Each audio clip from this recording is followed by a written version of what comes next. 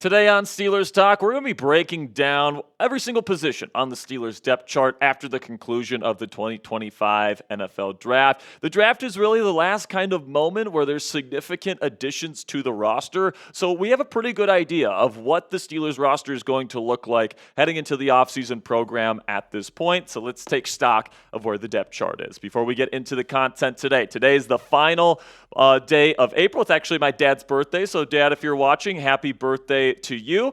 And this is our last chance to take the North for the month of April here, guys. So right now in our division-wide sub-battle with our channels of the AFC North here at Chat Sports, we are just 9 subscribers behind the Browns report here.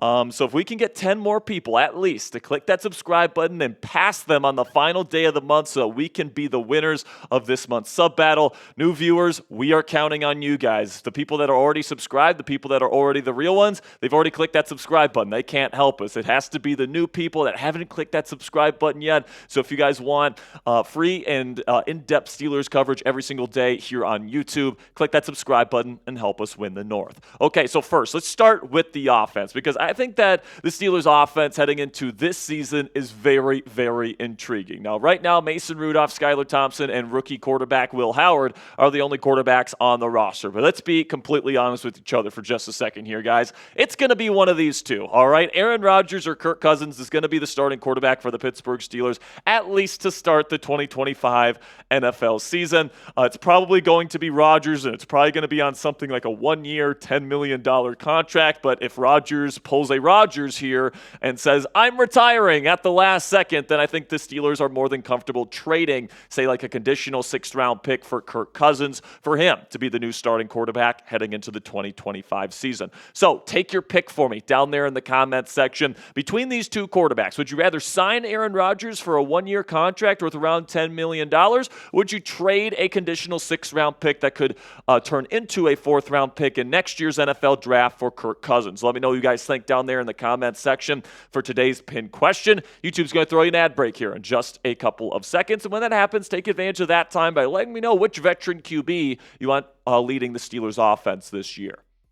So the projected quarterback depth chart here, Aaron Rodgers, I think is by far the most likely option for the Pittsburgh Steelers at this point. Who knows when he's going to sign, but I do think at the end of this thing, he will be the starting quarterback. Mason Rudolph will be the backup. Will Howard, the 6th-round rookie out of Ohio State, I think slides in there as the QB3 to learn and develop behind Rodgers and Rudolph for at least this season. And then Skylar Thompson will be slotted in as that 4th quarterback that probably gets cut from the final roster at the end of the preseason. Now we take a look at the wide receiver depth chart here. You got DK Metcalf, George Pickens, and then you got a nice little combination of, Calvin Austin III, Roman Wilson, Robert Woods. I like Ben Skoranek as well as a really good blocking wide receiver and fantastic special teams player. Those are probably the 6 wide receivers you can expect on the final roster at this point. Who knows? They might add to this room, and if the George Pickens situation devolves into chaos this offseason, who knows? They might even end up trading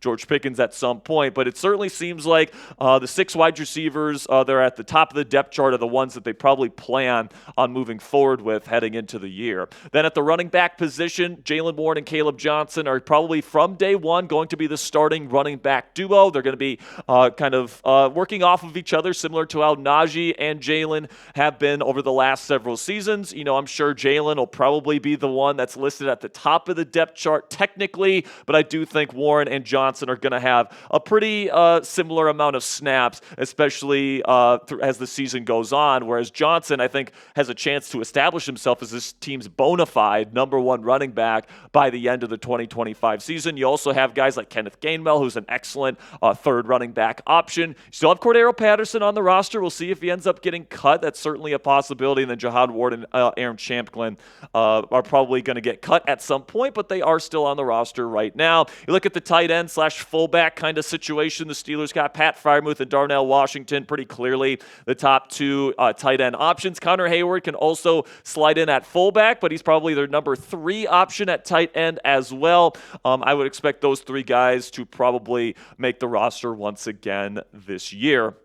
Then you take a look here at the offensive line and how this kind of unit shakes out. I do think that the Steelers could potentially add some depth. There's still some decent offensive linemen in free agency with lots of starting experience that could be good backup pieces for this group, but they do really believe in the investment that they have made in the young players they have made or that they've had over the last several years along this group. Broderick Jones, Troy Fautano, back-to-back first-round picks. Broderick Jones, this will be his first year playing left tackle, which is the position he was drafted to play. Zach Frazier established himself, in my opinion, as a top 10 center in all of football in his rookie season as a second-round pick. Mason McCormick was really never supposed to play last year. The plan was always for him to start at right guard heading into this season after a full offseason of training. So hopefully the vision that the Steelers have for him comes to fruition. Then Seumalo is the veteran presence in this group that is rock steady and is absolutely fantastic when he is healthy. So if you want to add some offensive line depth here, I think you can,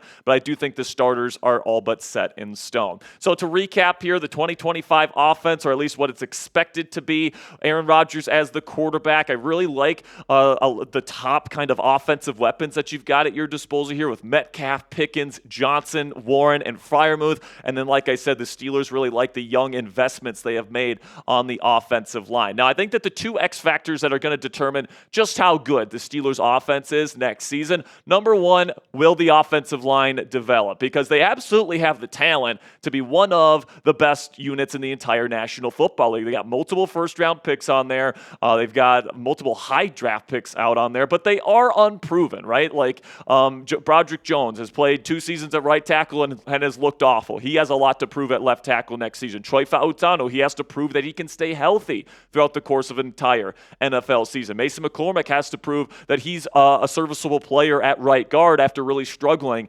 last year. So this offensive line is young and it's talented, but it's got a lot to prove heading into next year. Then the other question is, will that veteran quarterback option, whether it's Aaron Rodgers or Kirk Cousins, be any good this year, right? Both of those guys had Achilles injuries 2 years ago, so there's reason to believe that the second year off of that Achilles injury, both those quarterbacks are going to be better than they were last season, but it's probably going to be Aaron Rodgers, and I do think that there's a chance that you could get some of that Brett Favre Minnesota Vikings magic that you had in 2009, maybe a little bit of Tom Brady Buccaneers magic you saw from him in 2020, 2021, and 2022. And listen, man, if the Pittsburgh Steelers can go 2 for 2 here and the O-line is good and the quarterback situation ends up panning out, this is going to be a dangerous offense. You got some really nice weapons here, and if you set the foundation there of quarterback play and offensive line play, and also the fact that I think that this year's group is a lot more suited to play Arthur Smith's style of offense. Art has said multiple times this offseason, last year's personnel really didn't allow him to play the style of offense that he wanted to play. This year, I think it's much more tailored to his style, which is a lot of outside zone, a lot of play action, a lot of deep shots, a lot of throwing over the middle of the field. And I think that this year's group is going to be more capable of running that style of offense than last year's, which in theory should make them pretty dangerous, again, if their X factors can hit. So coming up here on Steelers Talk by Chat Sports, we're on to the defense here. And this is a unit that has been traditionally pretty darn good for the Pittsburgh Steelers, so I'll share my thoughts on where it stands heading into the 2025 campaign here in just one moment.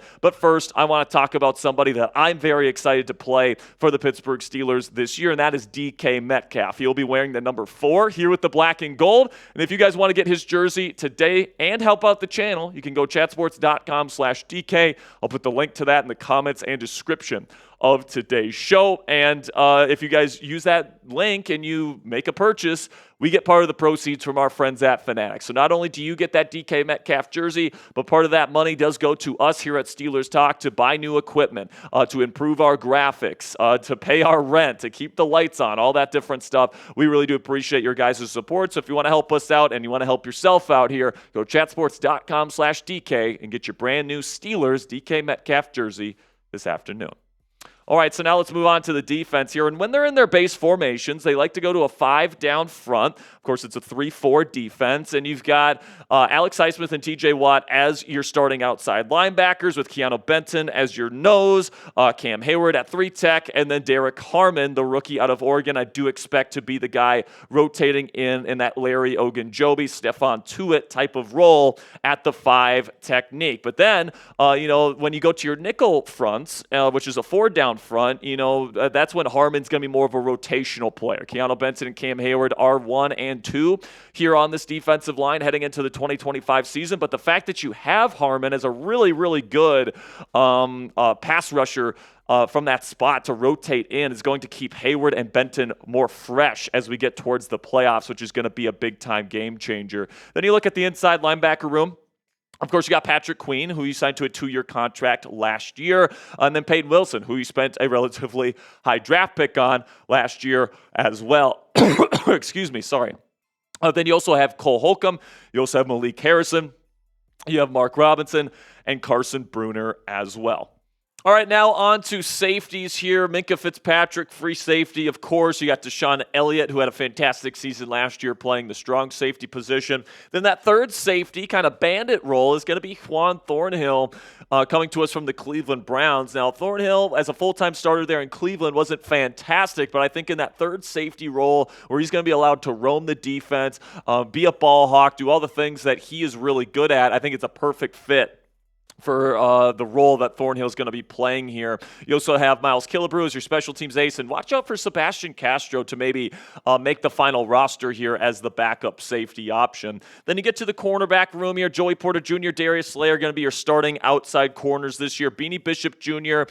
Is going to be probably the presumptive favorite to be the nickel, but as we'll talk about here in just a moment, there's going to be multiple people vying for that starting nickel job. I don't think that job is Beanie's, for sure. You also have Corey Trice Jr., Brandon Eccles, and some other players here that can play on the outside. But when it comes to the nickel kind of candidates, you got Beanie Bishop Jr. Brandon Eccles has played in the slot, and I'm guessing he's going to want to try and vie for a starting position here. You also drafted Dante Kent in round 7, somebody that's super speedy, and I really love his tape from Central Michigan. And then you got Sebastian Castro, who played really well in the slot for the Iowa Hawkeyes during his college career as well. So one of these guys is going to come away with that week 1 job. Beanie has the most experience, so he's probably in pole position to start the offseason program, but I wouldn't be surprised whatsoever if this is an open competition during the offseason program, guys, and Eccles, Kent, or Castro wins that job in the end. So on paper here, once again, the Steelers' defense is one of the best in the league. You got star talent at every single level of the defense. Of course, you got guys like T.J. Watt,